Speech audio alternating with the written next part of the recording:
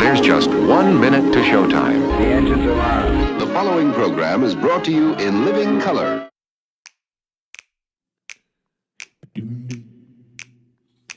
When they wrote up the systems and the rule set that we use, did working people get to write a line?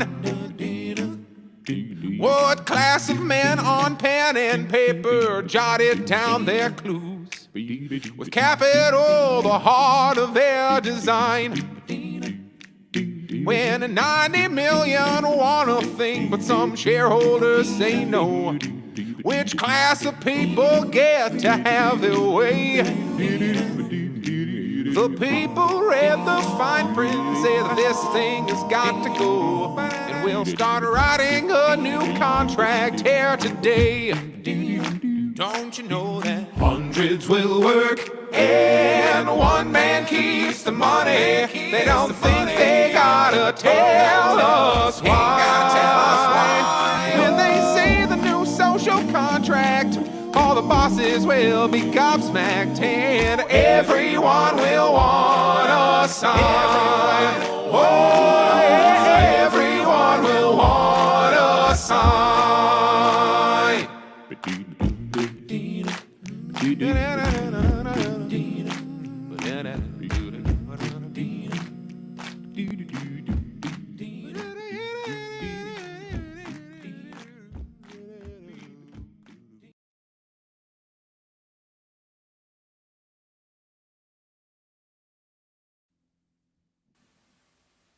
Okay, let's see if this show works today. We're always ripe with tech problems, but it wouldn't be an episode of Social Contract if not.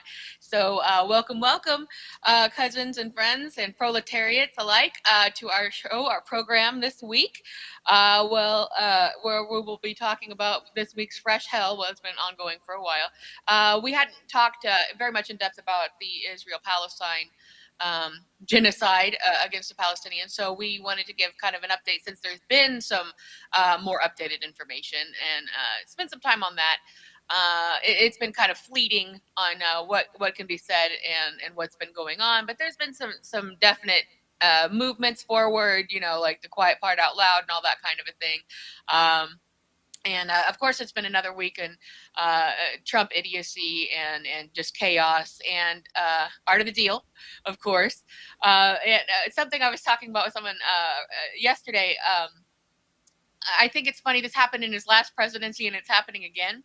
I love it when he pisses off his own base of tech bros and corporations and oil execs and all that kind of stuff, and that he made deals with. And it's like, what did you think was going to happen? Like, he's already done it. It's like he will make you any promise under the sun, and then he's still going to do whatever he wants anyways. So I love it when he makes his own base mad. And that they're like, I thought we were friends. We had it. No, bud. No, you're not special. That's the whole, I think the stripper really likes me because she's smiling at me type of a scenario. And I think that's really funny when he does that. I mean, everybody else expects it. We're all, living in it at this point. But they think that they've got some sort of golden ticket to being treated special or having their will done. And not unless it's going to suit him in some way or a pay-to-play situation. So, that's going on. We'll touch on that here and there. Jared's also going to treat us to another reading of Michael Hudson's Super Imperialism, continuing with what we were talking about last week, as it's very relevant. This book was written in the 70s and has been continually updated until 2021 was the last update. And so he's going to treat us to some interesting points there, which I enjoy. I like going into teacher mode. I like to hear when Jared's got something to teach us as the actual teacher on this show. So, but that's what's going on. So hopefully everything will go as planned. So thank you for being here with us. And of course, you can catch up on all of our past episodes on our YouTube channel. We're also live on Twitch and Twitter, and we put past episode archive is also on Rumble. So you can find us wherever you choose to watch things. So hello, Mr. Jared. How are you doing on this Tuesday afternoon? I'm doing pretty well. It's extremely pleasantly cool out for being Phoenix in May. We have like a high of 73 today, and it's great. We actually had rain yesterday. Wow. That probably doesn't happen very much there. Very rare. Very rare. Wow. Yeah, it's been very rainy and dark here, but I love that. I love it when it's a cold May every now and again, because at the end of the month we have the 500, and I don't like it when it gets rained out and they have to like keep trying to move it to finish it. But I do think it's fun when it's like really cold instead of just like 10,000 degrees on the track. So that's more fun for me, I think. But most people aren't even interested in the race at this point. Whenever I try and point it out, they're like, whatever, I really don't care. But that's kind of like an Indianian thing, I think. But it did sell out this year. Some years it does, some years it doesn't. There's a lot of pre-events that are going on. And if it's sold out, that means that we should get to see it live instead of having to listen to it, which is so stupid. I don't know what they think that they're losing at that point. If it's already happening, like nobody's going to be like, I need to run down there real quick and buy a ticket. Like, so I don't know why they won't let the locals see it. It's one of those coverage blackout things. I now fully pirate basically everything because we won't pay for any subscription services anymore. Yeah, And I don't blame you. that's really all that's what it effectively does. Like my dad knows how to pirate NFL games now. He doesn't know how to freaking change his email address. But he will find the Steelers streaming somewhere, and that is what this obnoxious, like, I'm sure you've seen it's like a lot of things now, not even just sports, where if you wanted to watch just your team's games, here's all the networks you would have to use, and it's about like no joke, like 7 or 10 of them, because now it includes Netflix and Amazon are two, they own exclusive NFL games now. Somebody did like, here's all the services you need if you want to watch all of the Pokemon TV show, and it's like 12 services. It's spread across. It's effing insane. I understand Doctor Who is the same thing, and people are pretty upset about it. It's on several different I hate streaming. I really do. Like illustrated PDF guides of, all right, season 4 is over here, but 5 is on this, and then this is on Hulu, and this is on and there's streaming services I've never even heard of, and I'm starting to understand the jokes where it's like all the streaming services. It started with like Tubi. It's like, are you on Tubi? Oh, that's on Slooplope. Or are you on Corploop? That's Herbaloopy has this episode, but Honk Troople Herple has season 7. Exactly. The Poob has it for you. And Loopa Boob, you're not on that? You're like, God, give me a fucking break. I'm so sick of streaming. That's my big boomer thing is I've hated it since the beginning. Yeah, it's like convenient, I guess. But like that's all it is, because as soon as these streamers got these people's subscriptions, they realized, oh, actually, we don't have to bring you any new content. We don't have to make any new content. We are already paying for it. And yeah, maybe we'll get around to that season whatever of Stranger Things about 10 years from now. Fuck you. You know, I'm so sick of it. I hate it. I absolutely hate streaming. I hate it. I hate it. I hate it. I hate it. I like when stuff comes out on streaming because it means that there is now a very easily stealable digital version. Just there it is. Yeah, especially the more popular it is. As soon as it hits streaming, it's like, oh, well, we'll have like a real like HD rip of this now. It's on streaming. Yeah, right. Shout out to the chat. Hello to Are You Time Traveler 2, one of our oldest and most devoted fans. So yeah, that's we hate modern things, I guess. And how much worse is it going to get? Like initially streaming was like really cool. You know, when it first came out, you know, it's like, oh, here's all this really cool content. And the price is pretty good for what you get. And they've also got some, but you know, it's like all the movies of like classical movies or like even modern just from a few years ago, they're all spread out in different places, just like the games like you're talking about. And it's just such a ripoff. It's such a complete ripoff. The only streamer I do think is worth it is Apple TV. And they are almost exclusively original content. And that's where you see some of the best original content. Like they put the money in. They do cancel shows willy-nilly, like all of them. You know, Mythic Quest just got canceled, which sucks. It really shouldn't have been. It was very good. And then they went back and they changed the ending. It was very strange.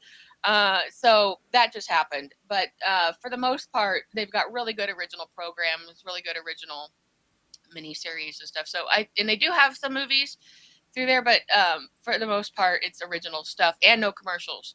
So we'll wait and see how long that lasts. So that's the only one of all the streamers that I think is actually any good and worth it. And their price is a lot lower than, you know, and you know Apple can afford some shit. So, but anyways, that's our modern culture rant. So do you want to? Things are looking like they're working pretty well. So what would you like to go? Do you want to get into your reading, or shall we go into the? I got something relatively short, and this kind of fits in with fits in very well with with what we were talking about with our Bernie Sanders AOC. Yes. stuff from last week. Yeah, we keep going on about that, and we're going to keep going on about that because don't be fooled and don't be scared into listening to what they've got to say. It is the same old song and dance.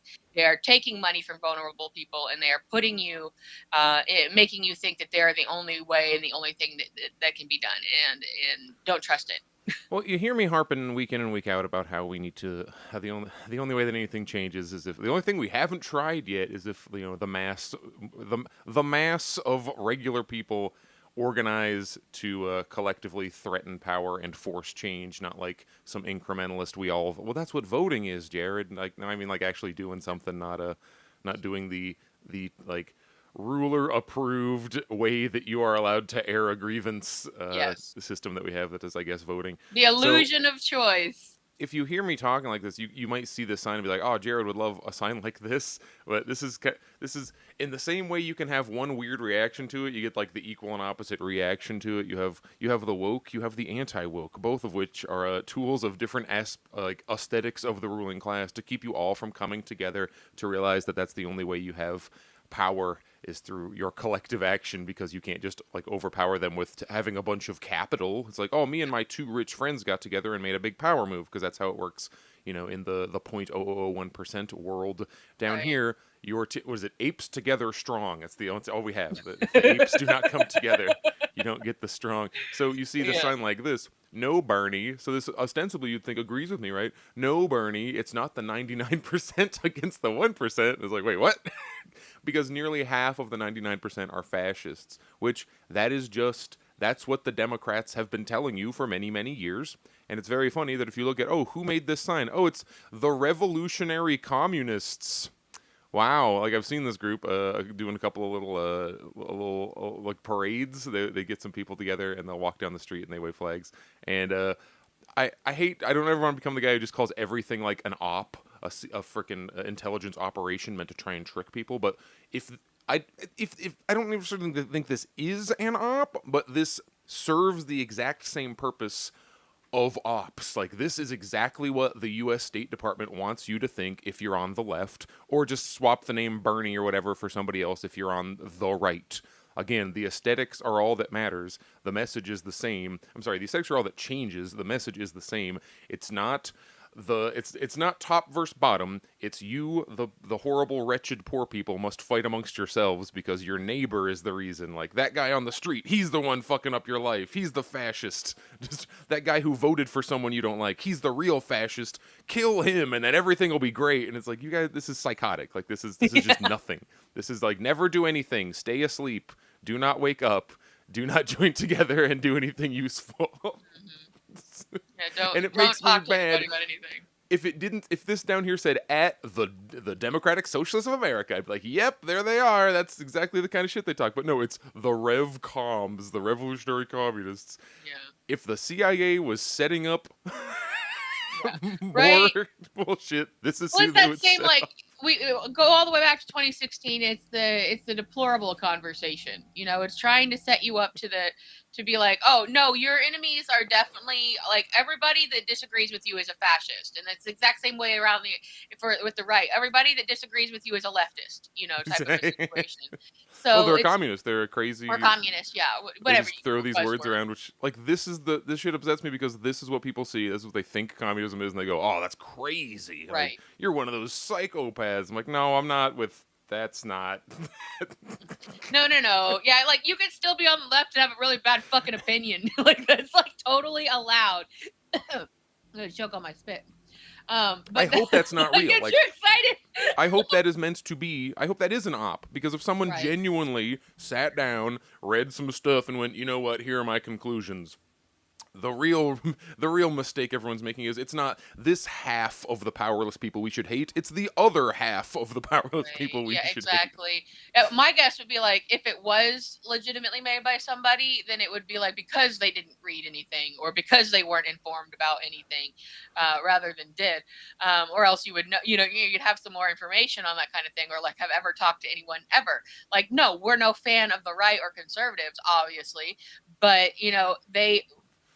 they're in the same economic boat mostly as people on the left. We're just vocal about it in a different way. We don't think immigrants and like unborn babies are the problem here.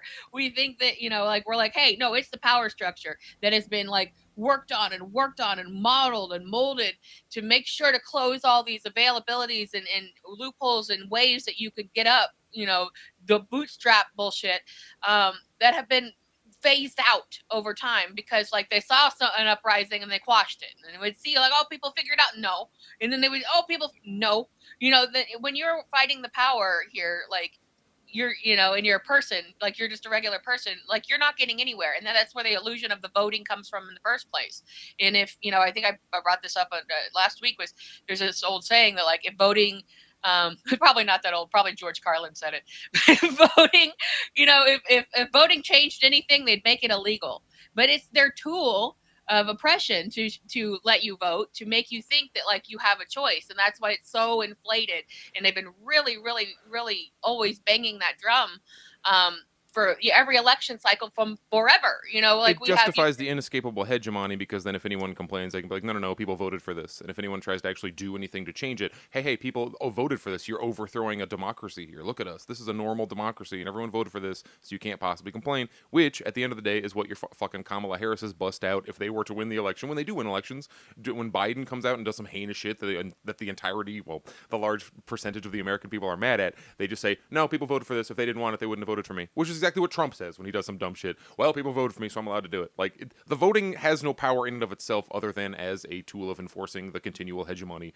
It has to be like this because everyone agreed. And what does everyone agreed mean? Oh, well, 20-ish% of the adult eligible population voted for it.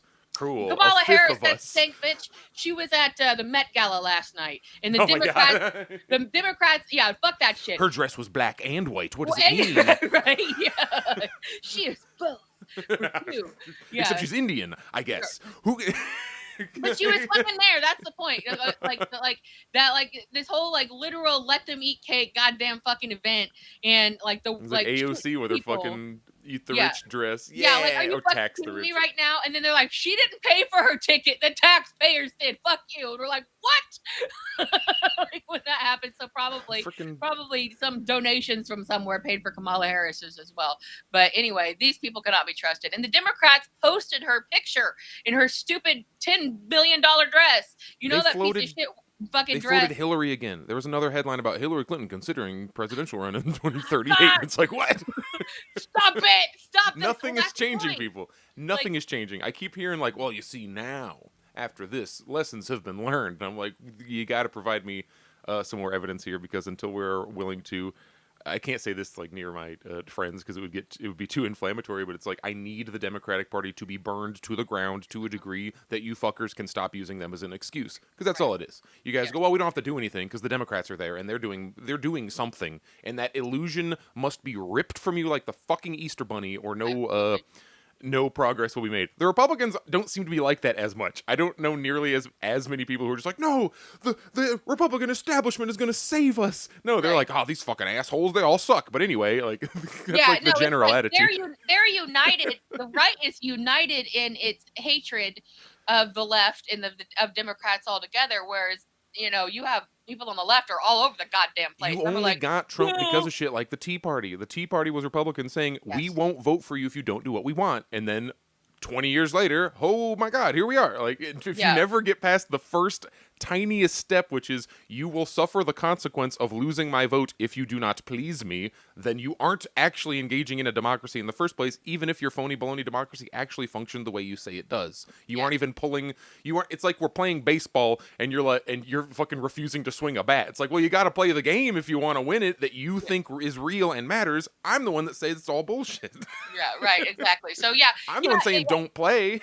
Voting is an illusion, and the parties are an illusion, and there is. If you think this works, go hit a fucking home run or get off my ass. Yeah, right. Exactly. Like, prove to me how I'm wrong. Okay. Yeah, go become Babe Ruth while the CIA is sniping at you the whole time. Go do it. It's exactly what you're saying here. Is that's why we're right now seeing, and this is what we were going to kind of get into here. Is good transition on me. You're seeing the protests at the Bernie rallies and the AOC to the town hall. You're getting protesters that are speaking out against the Palestinian genocide, and they're getting drug out of these places, whether it's a 13,000 group audience in a stadium or something, one of these little town hall situations. People are, standing up and shouting down, trying to shout them down. I'm not derailing you here. I just want to point out, people will say, why don't they do this at Republican? They do. There's fucking old fuckers getting dragged out who can't walk, like out of wheelchairs at Republican town halls also. Continue. There was an event, a little, I wouldn't call it a town hall. Well, maybe you would. It was kind of just like 20 people in a room, but it was Chuck Grassley. Town hall.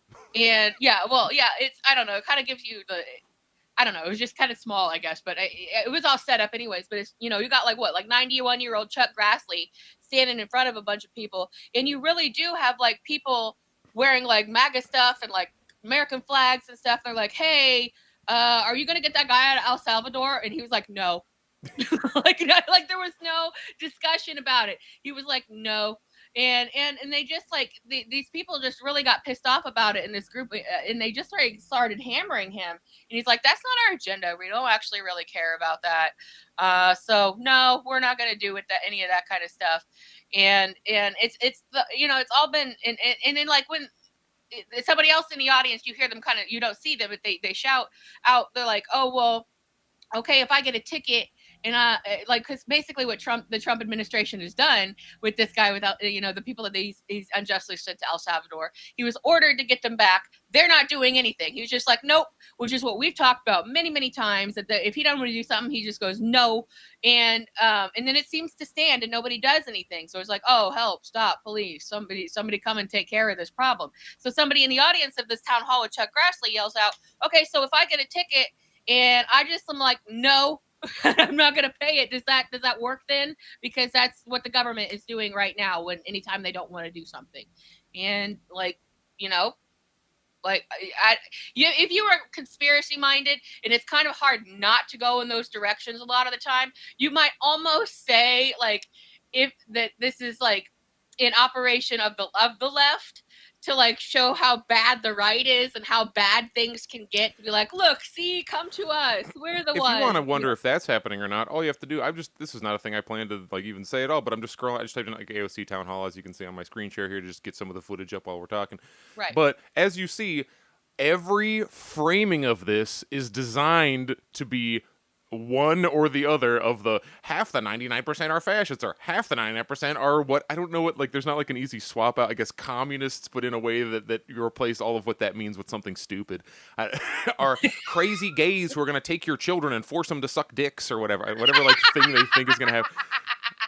Like, both are stupid for opposite reasons. But here, look at how it's framed. A chunky AOC gets shouted down at her own town hall by Ironically, AOC herself is a pro-Palestine. So, like, you're supposed to engage with this only from that direction.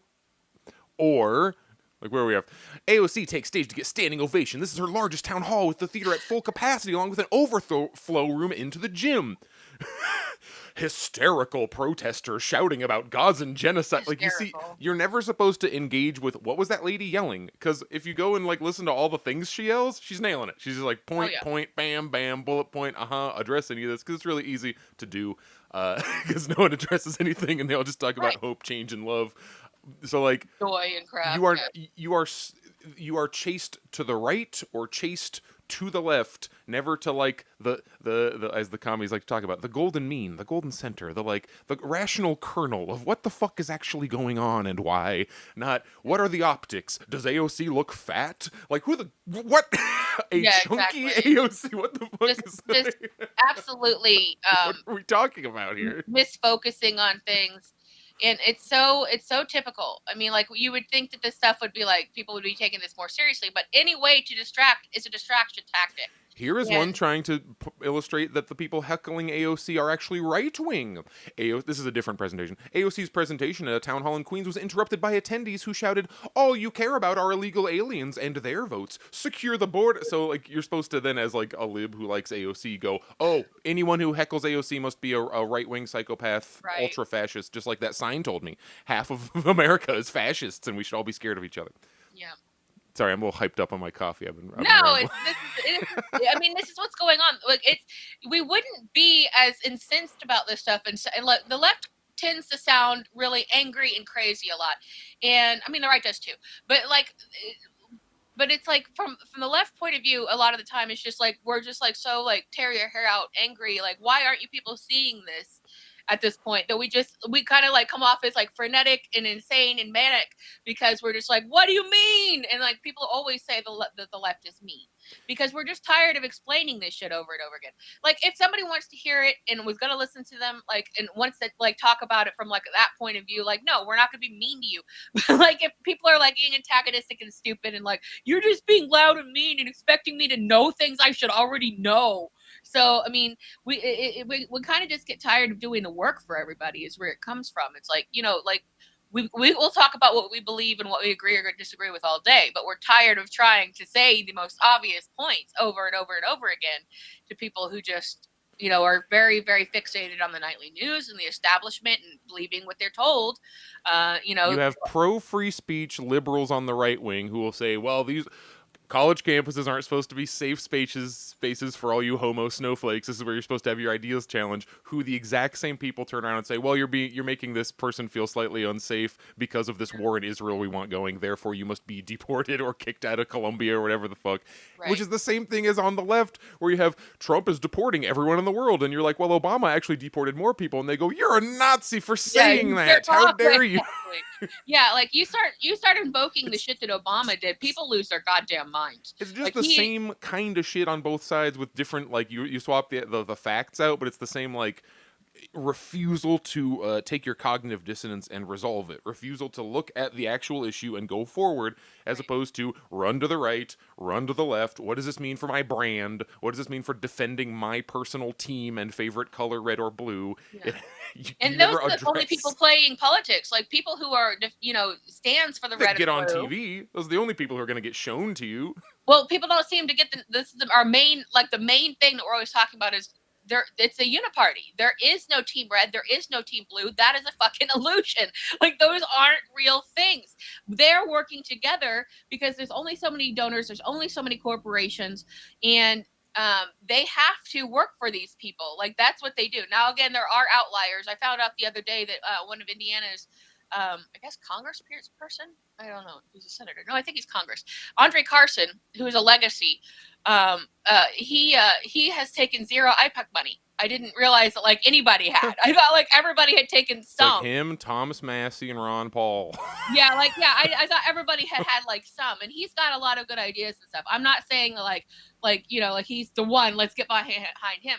But it's like if he were like suddenly to come out and be like, I'm gonna run for president, I might listen. You know, and that's all I'm saying. You know, it's just because he's got a cleaner track record, not all the way through, but just like there are a couple people out there that are maybe outliers. And if he was like, I'm going to run independent, and then I might be like, okay, I'm listening, but that doesn't mean I necessarily support it. But the point is aside from like, I don't know, maybe half a dozen outliers in all of Washington, they all are working for the same people, to the same ends, for the same means, to enrich themselves and get somewhere and get to be these pseudo celebrities without no talent, you know. And that's really where this was, is people who wanted to be celebrities but couldn't be, and then that's where they, you know, ultimately land, is how can I enrich myself and get powerful and make my personality problems into like commerce, essentially. So yeah, that leads us basically into there's been some updates about what's going on with Palestine and everything. Is we know it's been made very clear at this point. Netanyahu's even made this point. This was never about any kind of war. It's not about eliminating Hamas. This is about it's about you know, oil and minerals, essentially, and water. I had somebody tell me the other day that it wasn't until Trump showed up that suddenly Israel wanted to take over the whole region. And I'm like, welcome to reality. I'm glad that your entire life started last year on October 7th. Well, is that a year and a half now? I don't remember which year the Oct 7 was. 23, I think. Okay, so we are now a year and a half into this shit. Right, yeah. But I mean, and like, what more convincing do you need? Where Trump, like right in the beginning of the presidency, puts out this bizarre AI video about like turning it into new Trumplandia. Like, you know, like that is like. It was proposed that if Kamala would have won, it wouldn't have happened. That no, they didn't. They wanted to contain Israel or something. They were very. That's why this happened. Like she, like, well, obviously there's a lot of moving parts. These are plans from like the 50s. Exactly. But one major point was that she was like, no, we're staying the course. We're friends of Israel. Here's me with Netanyahu, smile, like that was always going to happen one way or the other. If she was president right now, the situation would be the same, except she'd be like, hope and joy, check out my tennis shoes. We just wouldn't talk about it as much. Yeah, right. That's it. And then, we have insiders now in Biden's administration coming out and saying he absolutely did not, and the administration absolutely did not say slow down the fighting, go for ceasefire, do pauses. No. And Did we I talk about that last week? Or was that yeah, this I think week? we did mention that last week, because it's like, oh, well, thank you to the surprise of fucking no one. Because that's what we've been saying. Like, when he threw open the coffers to the weapons stash and said, have at it, Israel. Like, I don't think he's going to go take the backsies on that. The guy said, thank God for Biden because he didn't want us to do a ceasefire. Is what he said, basically. Exactly. And so they were like a match made in hell perfectly. And Kamala Harris was very much going to follow that. And for some reason, they thought that they were being covert about that. They thought, and they had people, I guess, their stands convinced they're doing it, because they would have people like AOC come out and say they're working tirelessly for a ceasefire. No, the fuck they weren't. I thought Harris said that, but it was AOC who said that, wasn't it? Yeah. Yeah, working tirelessly for a ceasefire, literally, and she made this huge big thing. So that now she's out trying to get money and then throwing protesters out of her town halls, and so is Bernie. So this is a grift. That is a straight up grift. And then there's other, we're now at another point of, we weren't really expecting. I mean, the right was trying to sell Donald Trump as being an anti-war president, which I don't even know where they got that idea. Like, that was so made up. It's because if you could do the presidents in a row and just give them a positive negative on terms of wars started, Trump has the lowest. Yeah, I would agree with that. Yes. Just like he has the lowest deportation numbers. It's not because he's not trying. Yeah, he's just not there yet. It's only been 100 days, guys.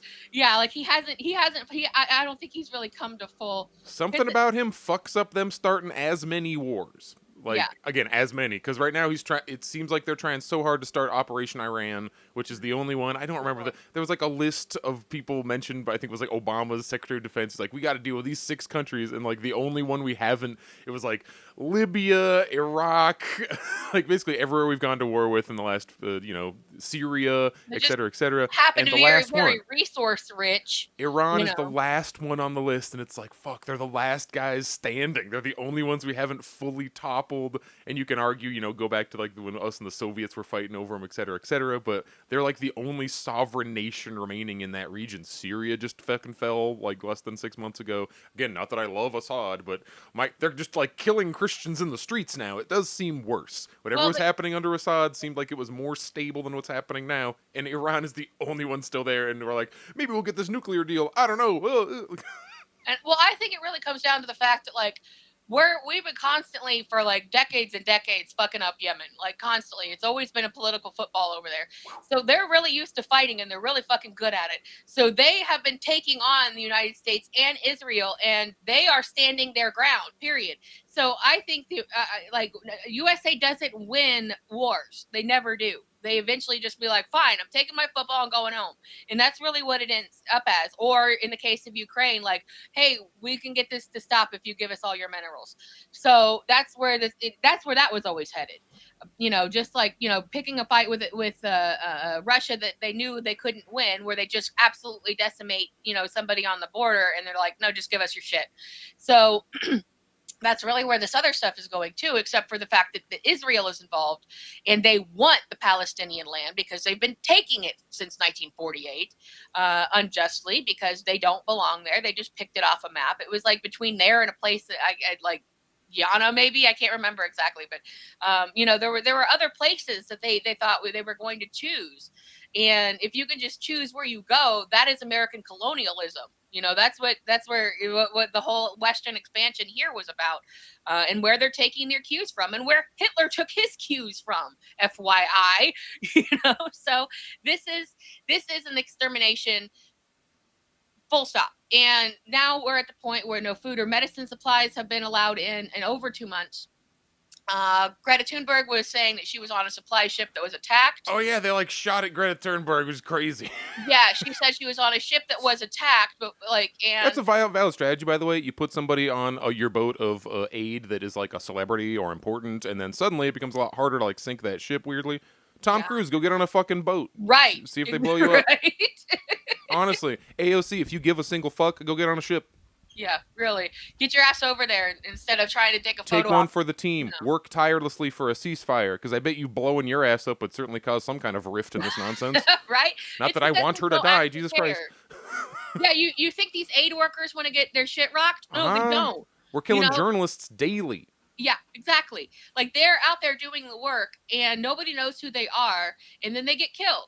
But like these start knocking off Congress people. Something will change. Right? These superstar celebrity wannabe Congress people, like, they're not doing shit. And just on a little side note, the people that have gone to El Salvador to talk to the guy that has been unjustly incarcerated, the one guy that they're talking to, that is all political bullshit. That is not genuine. That's kids in cages versus detention centers. That's like, why didn't you care before? You weren't going to. Joseph Robinette Biden was sending illegal immigrants to Gitmo. That was the thing he was getting in trouble for, and people just memory hole. That's never happened. Oh yeah, right, exactly. Like it's weird. Like the right. Nobody went. Nobody showed up in Cuba. Nope. Thomas Massey, why didn't you get your dumb ass down to fucking Cuba? Well, I'm sorry, I guess because it's Biden, but I don't know who would have gone, because it wouldn't be the Democrats, because they won't protest their own guy. So who is going to Gitmo? And that's kind of the point we're making. I think the right is so used to being picked on that they're not as like ready to like defend their people. They're just like, yeah, whatever, we don't need to defend it. That's kind of the fun. They don't have they aren't fully united in the same way, where you have Trump Republicans and non-Trump Republicans, and they fucking fight each other all the time, and that's how it should be. Everybody should be fighting everybody all the time. If the left calls out a Democrat, then it's just like, oh my God, you Nazi communist, you're the, scum of the earth, horrible person. Like, it's like all these, non sequitur kind of arguments, red herrings, throwing out name calling and stuff, where it's just like, I don't understand the mental shift, the difference, but I think that they probably could take a lesson from the right. It's like, stop defending these fuckers so much. Just shrug your shoulders like the right does and vote how they tell you, because, you defending it really makes no difference whatsoever. But that's I am seeing these messages, and it looks like, hold on here real quick. You say, okay, well, our traveler too was just giving us a compliment, but I think what I originally my eyes focused on was the idea that I thought they were saying, like, we were saying that what other people are starting to say, and as a fact, other people are starting to say this. We've talked a couple of times about some documentaries that have come out recently, mainstream documentaries that are talking about where this is, the government is fully corrupt, here's how, we're fucking up the planet, here's how, and then showing you that like here, Amelia, hold your hand, take you step by step through this process, and you're starting to see the more intellectual angle approach, instead of just the red hat blue hat yelling at each other. And so we're seeing a more mainstream, which is kind of hard to say, because it's like, who's really funding this? But it's like more mainstream push forward about like everybody being sick of this shit, because you have like the ultra rich and the corporations, and you also have the medium rich. It's not just rich versus poor. Some of these medium rich people are not getting what they want either. So those medium rich people are producing documentaries and that kind of thing, and on more like your Roger Stones and people who just been like forever been doing it. And you're like, wow. You look back, you're like, oh yeah, Roger Stone actually made a documentary about this already. It's like, wait, what? Like, what is it? Was it it was like Ukraine on fire or something? Just another one of those. You're not allowed to talk about it. You're not allowed. I don't know about. Yeah, that one doesn't ring a bell. But the one Roger Stone made a Ukraine documentary about, like, man, Ukraine's really fucked up, and it was in like 2016. It was way before any of this stuff, and then people will go back and go, oh. Obama was fucking with them in 2014, all the way back to that with the Donbass thing. The documentary is about that. Or like, hey, America kind of like overthrew the Ukrainian government. Isn't it weird no one talks about that? And then years later, it's like, shut up, that never happened. Ukraine democratically elected for all of this to go down. And I think, again, to make the point again, is if voting worked, we'd have what we wanted, because even in conservative states like Indiana and Missouri and different places, like probably Arizona, and they want the leftist policies are what people favor. Poll They keep after passing. poll. All these ballot initiatives keep passing, raising minimum wages, extending child care shit, like. And there's polls out the ass that will tell you, like, no, like, even conservative people are favoring things like wage raises and like taxation caps. And Arizona did min wage, legal weed, and abortion in like back to back elections. Yeah, and it's like that's my point. Like that's not an outlier. That is what if you look at America as a whole. And California is voting to legalize slavery. Yeah, meanwhile, right? They've kind of lost their shit here for a minute, but and I think it's got to do with the austerity thing where they've been grooming Gavin Newsom to, if not run as a candidate, to be taking on some sort of higher role in the next cabinet. And that's why this whole austerity thing has happened with him, where they were literally picturing him tearing down homeless camps himself, personally, a photo op of himself doing, like, it was probably set up. Yeah. But the point is there. He wanted to be photographed, and they decided it was a good idea to be photographed hands-on removing homeless camps in California. And he shot down they were going to try to do a universal health care bill for the state, which, being the biggest state in the United States, would affect a massive amount of people and potentially set a precedent. People start moving back. They'd start re-entering California as opposed to leaving California like they are currently. There's a lot of exodus out of California here. Hi, I live in a state right next to California. Yeah. Right? It's like you with Chicago people. It's like, what the everybody from Illinois coming down. Right, yeah. So, like, that would, but he shot that down. And it's like, why would a Democratic, if you're a Democrat and you're doing what you say you're doing, why would you do these things? Why would you do this anti-homelessness shit? Why would you do this anti-healthcare shit? Like, and the list goes on. I'm just hitting the big points here. But, like, why would they be doing that? Because they're trying to, like, kind of instill an austerity into him that would, create ripple effect in California, which is, like, historically, like, liberal as fuck. I think it would just be the technical term. It also lets you know what solutions Gavin Newsom is willing to entertain. The solutions he's willing to entertain are take all their shit and push them to the next overpass, just like everybody else. Yeah, right. And so they're kind of putting him in a position, and that's why back in the election, like before when Biden was stepping down, I kept saying that's who they're putting forward. They're going to put forward Gavin Newsom. Well, I was wrong. He's but again, the next one. They play the long game. Everybody's playing the long game, most especially, I think, Democrats, because they don't care. Well, no, yeah, neither side care if they lose because they just go into fundraising mode. But they don't do anything but wait. Like, the Republicans plan, but the Democrats just kind of wait around and they're like, all right, whatever, kick the can down the road. Because they never get shit done. You know that. Like, look at all the crazy shit that's already happened in 100 days of Trump. And like, and all Republicans are like that. Look at them. Like, their records are always like, they will come in there and executive order the shit out of stuff, do things like crazy. And then Democrats will be like, I don't think you know how government works. Incrementalism.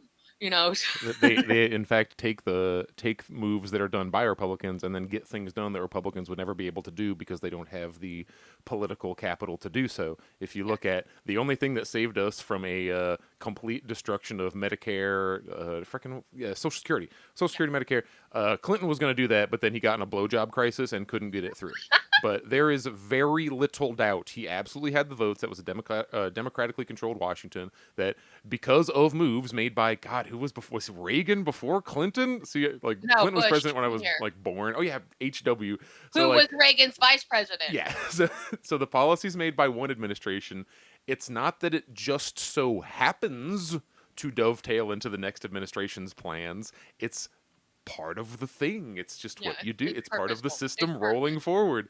They know that the Republicans, basically, for the pattern has been the Republicans come in, like, take the hits, and like you're saying, they push through a bunch of stuff, and then everybody gets all mad. They're like, oh, these assholes are blah, blah, blah. And then they're like, okay, we got them at office. Now we have Clinton. And then Clinton uses policy put in place by previous administrations, not just one, but all of it. It all stacks on top of itself, and you have the situation we are in now. You weren't going to roll NAFTA through under a Republican, because they would be like, these Republicans hate the workers. Obviously, this must be something pro-worker somehow, because Clinton, a pro-worker Democrat, is the one doing it, and nobody pays attention, just like now, where, wow, the deportations really fucking matter now.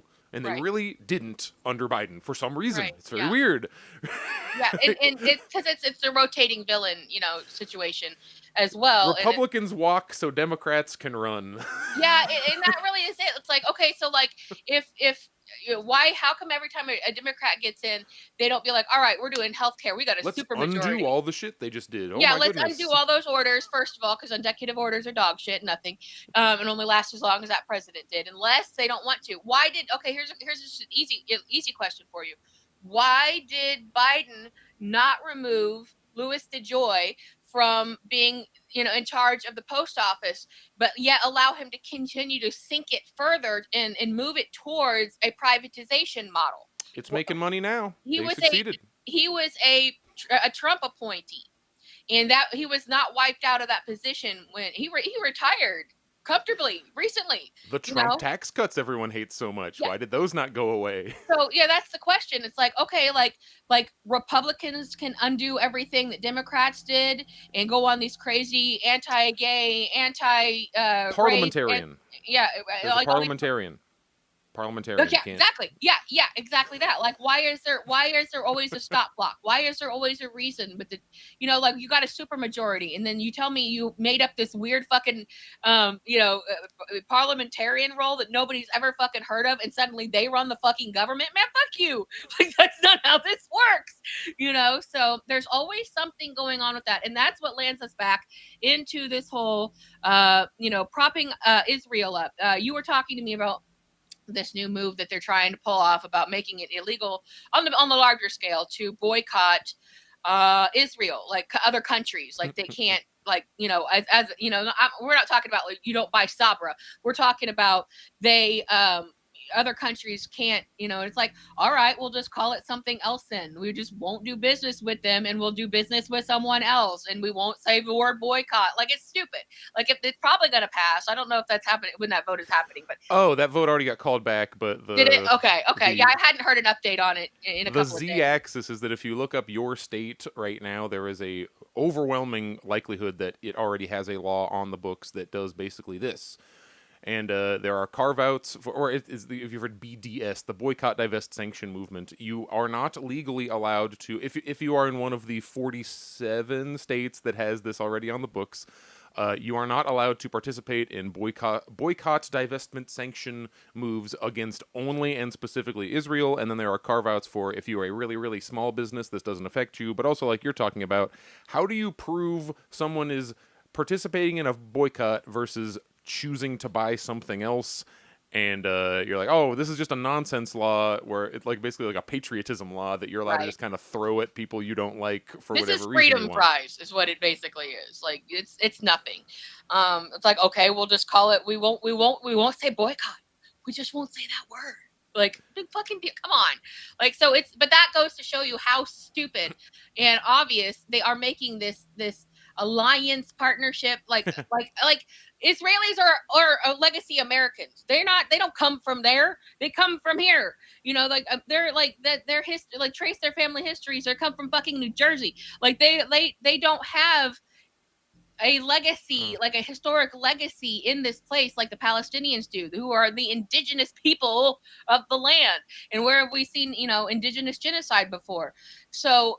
But America right now, especially, but don't think it would be going any differently with if Democrats did one. So the actual, I pulled up the law itself. This is the Arizona version, and they basically copy pasted this to every state that they did it in. So it's probably just like this. Originally passed in 2016, that prohibits state contracts and investments with entities engaging in boycotts of Israel or territories occupied by Israel. It requires companies seeking state contracts to certify that they are not boycotting Israel. So basically, It makes you sign a pledge saying that you like Israel and aren't gonna not buy their stuff.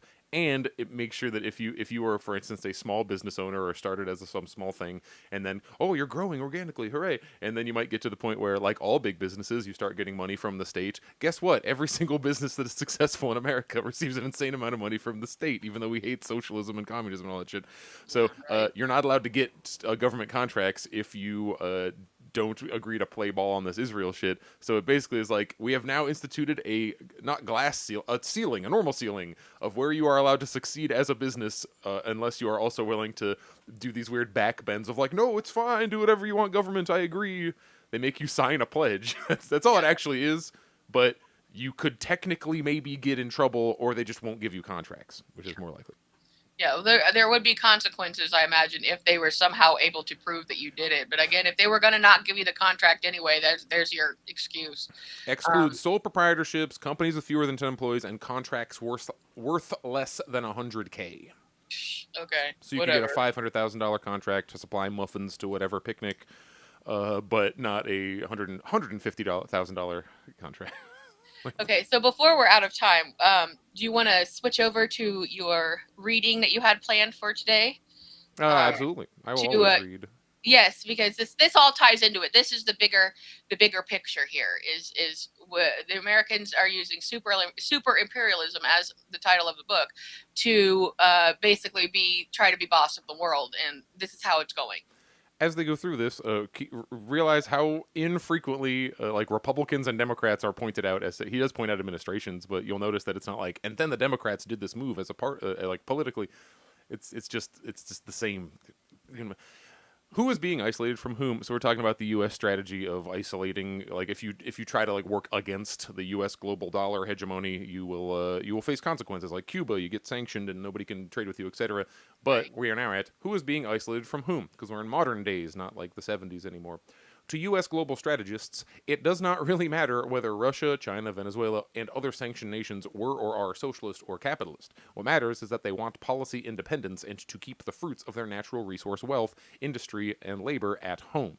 Like, I don't know if Muammar Gaddafi was literally a communist or a Marxist or whatever the fuck, but he wanted policy independence and to keep the fruit of their natural resource wealth, industry, and labor at home in Libya and was building shit with it, and that's why he had to die. That is why the Obama administration sought to isolate China from other Asian economies by denying its membership in the TPP. We were talking about that last time, the TPP being the Trans-Pacific Partnership that would have made just holy shit pro-business rules where internationally, like, basically companies get more power than governments at that point, and this is probably a big part of why Hillary Clinton did not become the president, because she was pushing the TPP, and people saw how fucked up it was.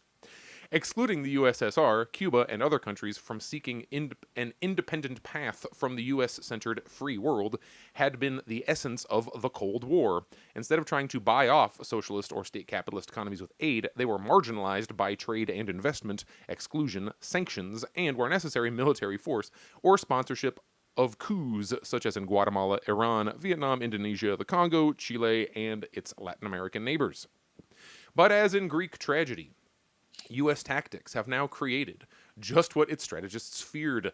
The heavy-handed attempts to block Russian gas sales and Chinese Huawei, TikTok, and 5G technology exports to Europe and other countries have obliged China and Russia to take the lead in creating a de-dollarized system and attracting European and third world countries out of the confrontational U.S. orbit.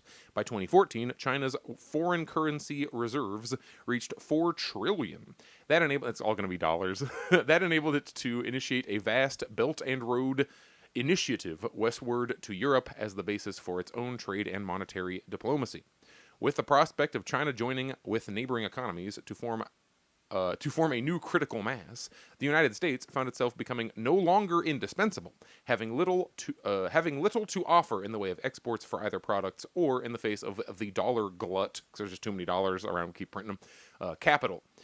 Its main leverage was asymmetrical warfare, such as threatening to destabilize Russia's financial system by cutting it off from the global SWIFT bank clearing mechanism. That's when they stopped. That's like how you get like a Visa process. That's part of the whole SWIFT network. Your MasterCard, Visa, blah blah. That's why you can just go to Mexico and boop, scan your card, and it just like kind of works. They're on the SWIFT system. For about a week, if you showed up in Russia, you couldn't do that, and then Russia's like, "Oh, we figured it out. We got a new one." So that didn't fucking work at all. This threat, which I don't laugh because I'm like, oh, I love Russia and hate America. Which No. we're constantly accused of. No, but it's like if the U.S. is like, we're gonna force you to do these palpably unfair things that we ourselves don't, and then it just doesn't work, it's hard not to laugh a little bit. It's like the bully set up a trap and it hit them instead. Like it backfired on them. Step on the rake situation. Exactly. It's like, haha, you didn't have to do this at all. You like freaking own gold for no reason. You Right. blew up the Trans-Pacific Pipeline. Freaking did I say the right thing? you blew up that pipeline, so Germany would have to. And what happened? Did Russia go under as an entity? Did they Did they overthrow their government and all this shit? No. Germany just has to pay 5 times as much to heat their house now. Great, good job, congratulations. Yeah, exactly. The threat of acting as economic wrecker served as warning to other countries to protect their financial systems by conducting as much of their trade as possible in non-dollar currencies, so as to avoid interfacing with banks subject to U.S. political sanctions. So all it actually did was people went, oh shit, they tried that on Russia? Okay, we better we got to get ready. If they try this on us, it's not happening. And there we are. Everyone has now like future-proofed themselves. Like, oh, I see. America is a dangerous psychopath. We're gonna buy some body armor for when they eventually start opening fire at us. Like the preparations, if they weren't already being made, which they were, they're like in overdrive and being forced to be proven, and they continue to be proven effective. The rest of the world is operating just fine without our help. Likewise, America's regime change in Libya and attempts at such in Venezuela, and the outright theft of Libyan gold. They literally went to Libya, stole a bunch of gold. They just did that. They just did a gold heist. Sounds like I'm making shit up. Yeah, they kind of do that to a lot of places. Theft of You've Libyan seen the gold. pictures of you, Tom Cotton as a soldier sitting there on the gold pile, like, so. Outright theft of Libyan gold holdings and Venezuela's official gold holdings. If you read the previous part of this book, you'll understand, like, why do they care about gold? It's like, well, you see, historically, it has this purpose, and it's hard to, you aren't allowed to make loan. You're supposed to have a certain percentage of the loans you make held in gold, because gold is the, quote, stable currency, and 400-page book. You should definitely read it. In 2020, or where are we? Hold a second. Taking everybody's gold led foreign countries to fear U.S. repudiation of their own dollar holdings and gold deposited in the New York Federal Reserve. We told the entire world that you have to keep your gold in America, and all the countries are like, well, we just watched you jack a bunch of people of their gold. We no longer feel great about you having all of our gold. Right. In 2020, Germany began scheduling air cargo flights to start repatriating its official gold holdings from the vaults in the New York Fed. Do you see why I was so fucking excited when Trump's like, we're going to go to Fort Knox and see if the gold is there? I'm like, it's not there. There's fucking nothing. I want you all to see the empty room where this gold is supposed to be. Go to the New York Federal Reserve, Trump. Go look at the empty Scrooge McDuck vault that has nothing in it. Then, in December 2020, just before President Biden was to take office, Europe signed a trade and banking agreement with China. Incoming U.S. officials were simply ignored when they asked Europe to hold off on the agreement. What Europe wanted, and that was me. I guess that was Trump, just before President Biden. What Europe wanted was opportunities to trade and invest profitably with China, Russia, and eventually Iran. Spearheaded by German business, Europe so far has rejected the ongoing U.S. attempt to block Russia's Nord Stream 2 gas pipeline. This was written in 2021, everybody. The United States has nothing to offer as a substitute but higher price liquid natural gas. So this is him going like, yeah, that pipeline is really going to is disadvantageous to the United States, and telling you exactly why. The United States has nothing to offer as a substitute but higher priced liquid natural gas, which would require the construction of vast new port terminals, because we have to drive it over there on a boat to replace lower priced Russian supply. Meanwhile, U.S. sanctions. Well, the Keystone Pipeline through the indigenous land battle that Obama was doing makes a lot more sense now when you apply it to these problems. It's to help out the whole global network. Yeah, exactly. Try to come up with more supply. U.S. sanctions intended to isolate Russia have had the effect of protecting Russia's agriculture and industry, accelerating its rebuilding after the destructive neoliberal 1990s. So now the U.S., where it was before, flooding various markets, including Russia, with grain and agricultural exports and blah, blah, blah, now the U.S. is like, fine, well, you're not allowed to interact with our economy anymore. And since Russia has somebody in charge of it who kind of gets it. It's like, sweet, we are now going to ramp up industry to levels never not seen since the USSR, which is why you see the Russian line going up and like the US line staying about the same. And we're not economically devastating anyone with this. Everyone's been prepping for this because we've been pulling this shit since 1948. Yes. And it's like, oh, it's time. Hurry, pull the trigger on all these plans we've been making. And a lot of it's working out, especially if you're a very large country like China or Russia. They're okay. They have industry. The Shanghai Cooperation Organization has expanded to include Iran and is reaching out to absorb other countries via China's Belt and Road Initiative. This is kind of before BRICS was even as big as it is now, Right. with its own alternatives to the IMF and World Bank. November 15, 2020, China sponsored the Regional Comprehensive Economic Partnership, a lot of acronyms here, signed by 10 Southeast Asian, ASEAN, member states, plus 5 major Asia-Pacific nations, including Japan, South Korea, Australia, and New Zealand. The TPP's anti-government ISDS clause had disappeared. So that was the whole thing where if a company fucks over a country and then the country finds that company can sue to get that money back. Right. That'd be that ISDS, and the people who would have adjudicated that would be people who represent and are paid for by those same companies, and they would literally be trading. I'm the judge now I'm the lawyer. This time I'm the judge. This time I'm the lawyer. Like, not figuratively, literally. It'd be like the same 10 people. Just trading hats.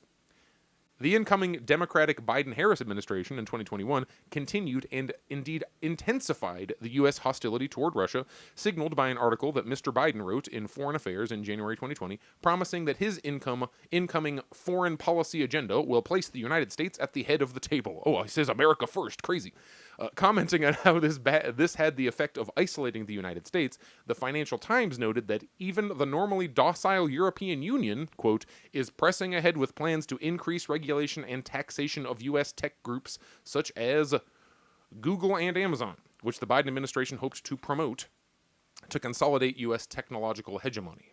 By sanctioning one nation after another, America is isolating itself, and by requiring preconditions known to be unacceptable to Iran, Biden effectively announced that he had no intention of rejoining the Iranian treaty that Trump had broken. Just talking about why don't they undo the bad thing? Obama made that Iran thing.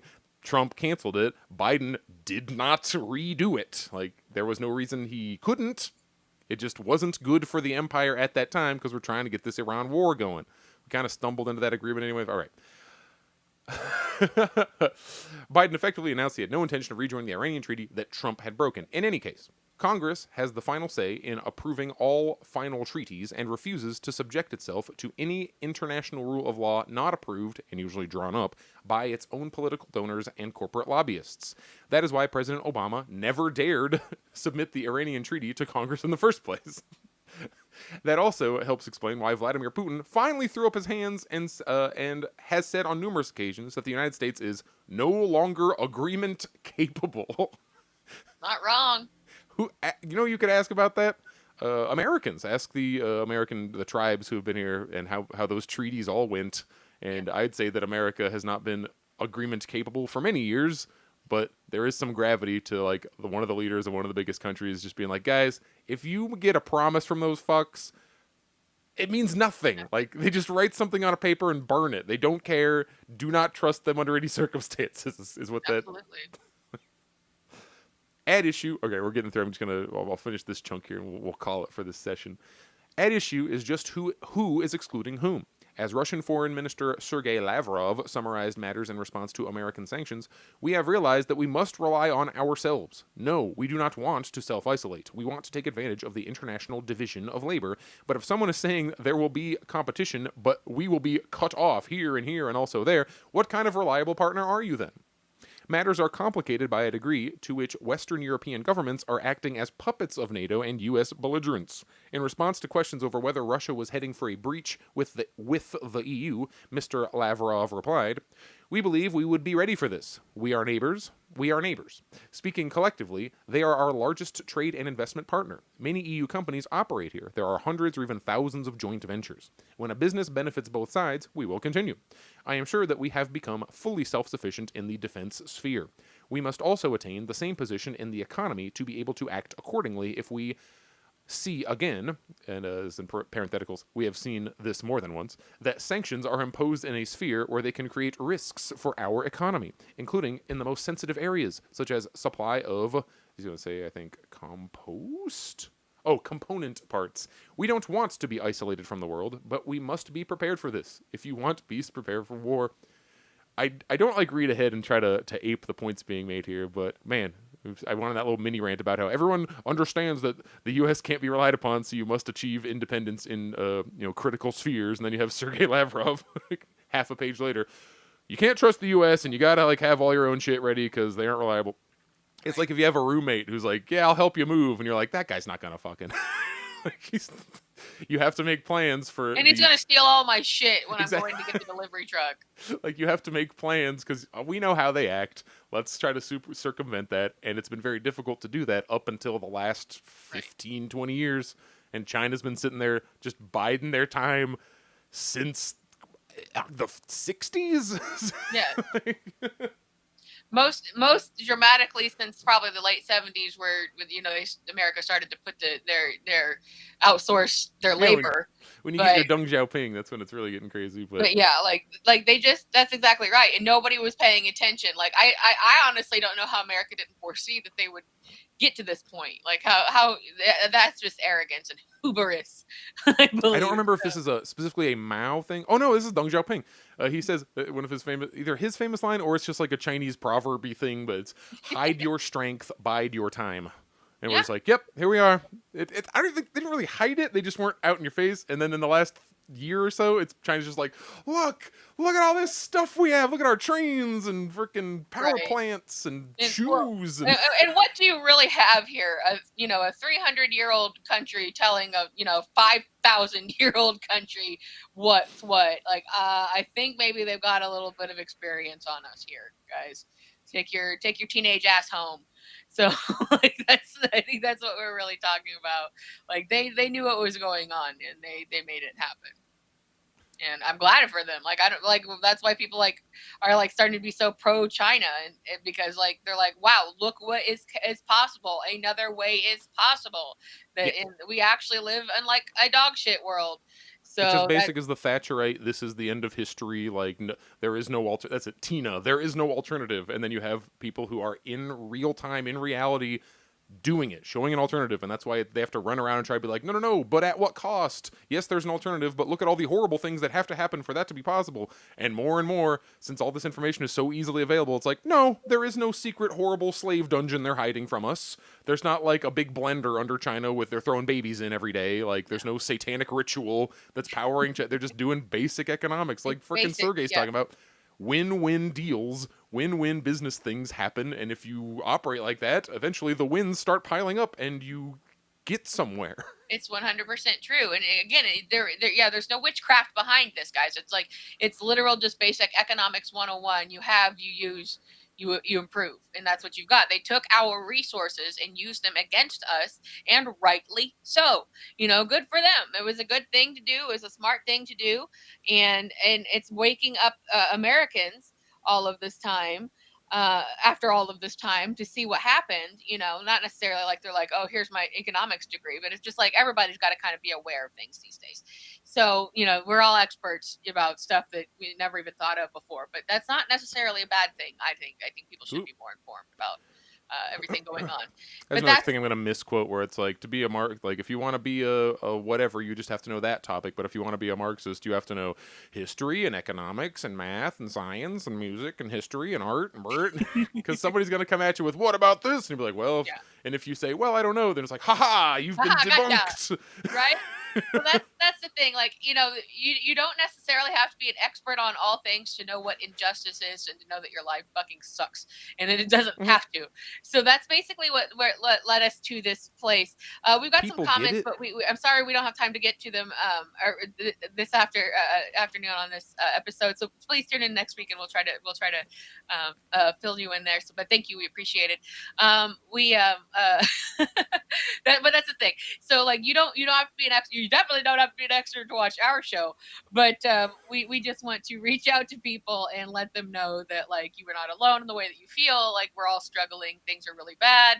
And we will continue this conversation and whatever else is going on in the world. We kind of don't always know where we're going to go. We sort of have an idea, and then it usually just veers. So, but if you like us are frustrated by all of the things, then you will enjoy our program. So thank you so much for joining us for another episode of What Fresh Hell in the World. And we'll be back for another episode coming up next week, same time. So thank you so much, and take care of each other. Be safe. Do the best you can. Continue on doing, you things. Okay, everybody. We'll see you.